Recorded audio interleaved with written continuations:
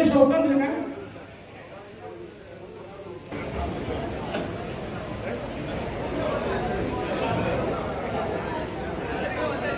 தற்பொழுது மேடைக்கு தமிழ்நாடு மருத்துவர் சமூக நல சங்கம் மற்றும் முடிநிறுத்தும் தொழிலாளர் சங்கத்துடைய கௌரவ தலைவர் ஐயா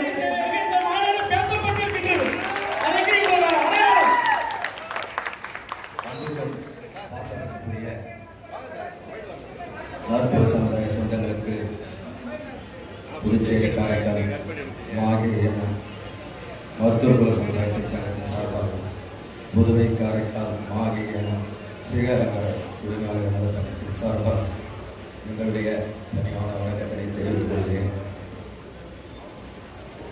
மார்ச் 3ஆம் தேதி மருத்துவ சமுதாயத்தின் மக்களின் கோரிக்கை மாநாடு வெற்றி பெற எங்களுடைய வாழ்த்துக்கள். ஒன்றுபடுவோம், உயர்வடைவோம்.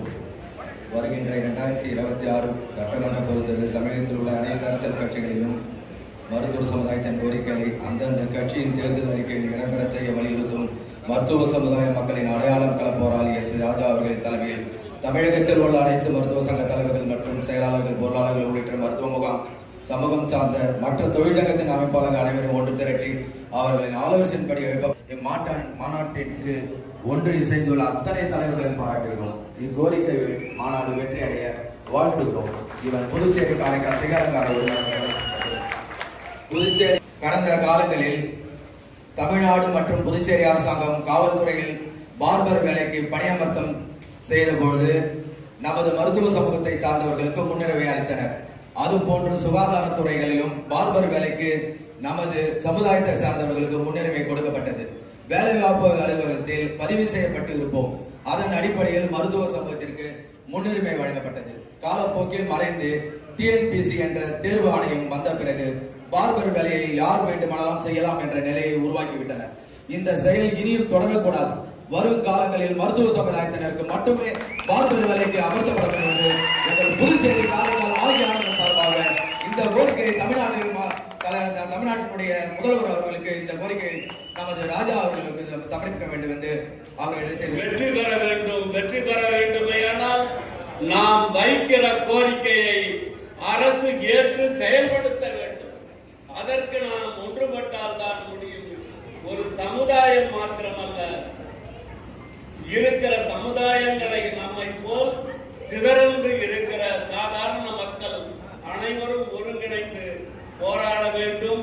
போராடுவது மாத்திரமல்ல, போராடுகிற இடத்திலே நாம் இருந்தாலும் கொடுக்கிற இடத்திற்கு நாம் மாற வேண்டும்.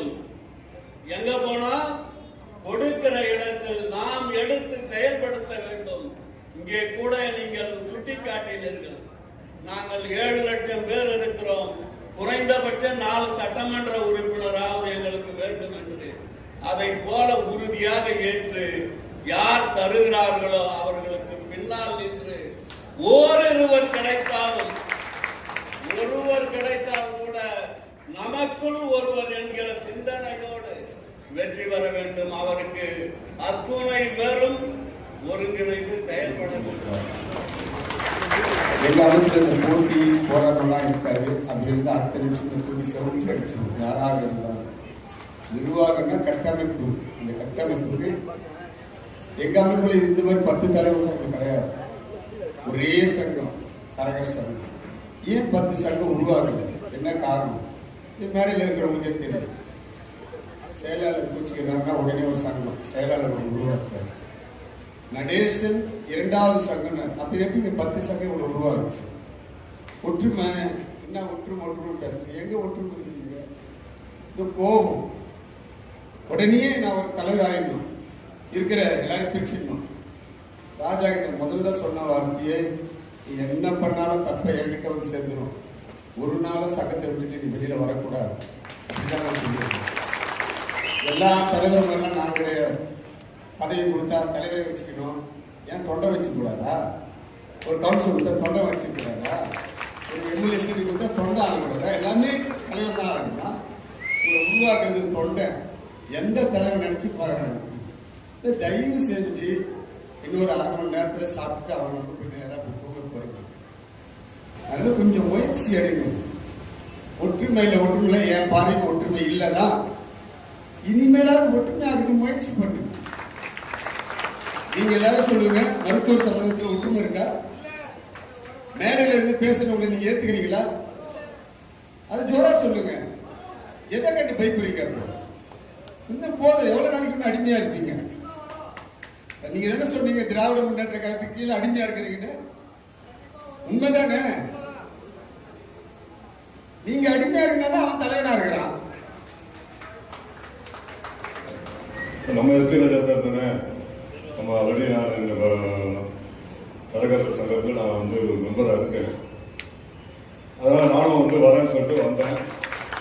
அப்போ கேட்ட கண்ணன் சார் இருக்காங்க, கேட்டேன். ஆமாம் அவர் இருக்காரு. அப்புறம் நான் வாங்க போகலாம் அப்படின்னு சொல்லிட்டு நானும் வந்தேன். இங்கே வந்தவருக்கு தான் தெரிஞ்சு ஏதோ ஒரு மாநாடு நடக்கிற மாதிரி இருக்கு என்னடான்னு பார்த்தா அப்புறம் சமுதாய மக்கள், அதாவது மருத்துவ சமுதாய மக்களின் மாநாடு நடந்துட்டு இருக்கு. உண்மையிலே ரொம்ப சந்தோஷமா இருக்கு. நான் அவர் சொன்ன ஆச்சரியப்படுங்க, இதுதான் என்னுடைய முதல் அரசியல் மேடை.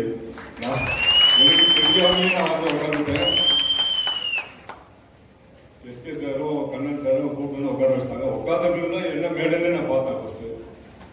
ஸோ ஒரு வகையில் எனக்கு சந்தோஷம். இங்க வந்து உட்கார்ந்ததுல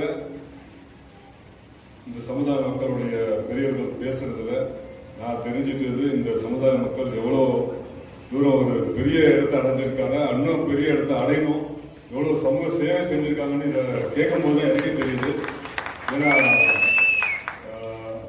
நம்ம நடிகர்கள்லாம் ஒரு அழகா நீட்டா ஜம்முன்னு இருக்கோம் அப்படின்னா உங்க சமுதாய மக்கள், மருத்துவ சமுதாய மக்கள் இல்லைன்னா நடக்காது. நிச்சயமா அந்த வகையில் உங்க எல்லாருக்கும் நான் வந்து மிகப்பெரிய ஒரு நன்றியை சொல்லிக்கிறேன். அந்த அளவுக்கு உங்களோட சேவை வந்து எங்க துறைக்கு மிக மிக முக்கியமான ஒரு சேவை. ரொம்ப சந்தோஷம். இந்த சமுதாய மக்களுடைய கோரிக்கைகள் அனைத்துமே நிறைவடையும் அப்படின்னு நான் மனசார வாழ்த்துறேன். ஆண்டவன் அருளால உங்க எல்லாருடைய எண்ணமும் ஈடேறணும், நிறைவேறணும்னு நான் பார்த்துக்கிறேன். நன்றி. வாய்ப்பு சாருக்கு பொன்னாடை பூச்சி வாழ்த்தப்படுகிறது.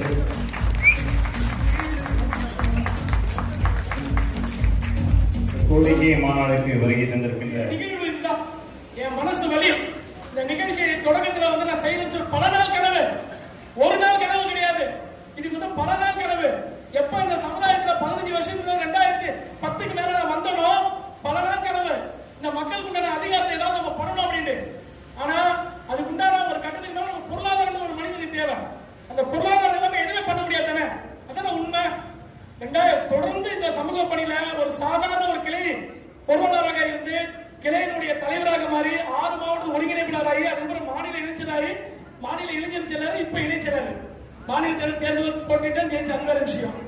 குறைஞ்சபட்சம் வந்து பாத்தீங்கன்னா தொடர்ந்து இந்த மக்களுக்கு ஏதாவது செய்யணும். ஆக்சுவலா வெளிப்படையா சொன்னேன், எனக்கு சின்ன வயசுல ஜாதியை பிடிக்காது, இப்பதான் பிடிக்காது. ஆனா இந்த ஜாதிக்காக நான் வந்து நிக்கிறது அது 2வது விஷயம். ஏன்னா சின்ன வயசுல நான் அனுபவப்பட்ட வழிகள், 4 வயசுல இந்த சமுதாயத்தை சார்பா பட்ட வழிகள். ஆனா இதே வழிகள் நான் வந்த பகுதியிலே பட்ட பாருங்க. எம்ஜிஆர் அப்பதான் எனக்கு தோணுச்சு, அடாடா மெட்ராஸ்ல இப்படி ஒரு பிரச்சனைனா அப்ப கிராமத்துல இந்த மக்களோட நிலைமை என்ன? அப்பப்பட்ட வழிகள். இது எதுவுமே வந்து காத்து வாக்குல யாரும் சொல்றதெல்லாம் கிடையாது. நானே வழிபட்டேன். நான் என் பிரச்சனைய உங்க பிரச்சனை சொன்னேன், ஏன் வழிய உங்க வழிய சொன்னேன். இதான் விட ஒரு புரட்சி போராட்டம் நடத்திக்கிட்டு இருக்கோம். வேற ஒண்ணும் கிடையாது. நான் எப்படி பண்ண நீங்க பட்டிருப்பீங்க ஊர்ல கிராமத்துல, வேற எதுவும் தெரியாதுல்ல.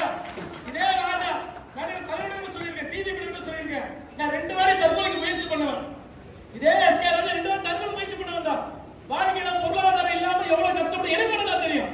ஆனா அன்னைக்கு நான் நடுவில் நிற்கும் போது நான் இந்த சமுதாயத்தை உடைச்சதான் சொல்ல முடிஞ்சது.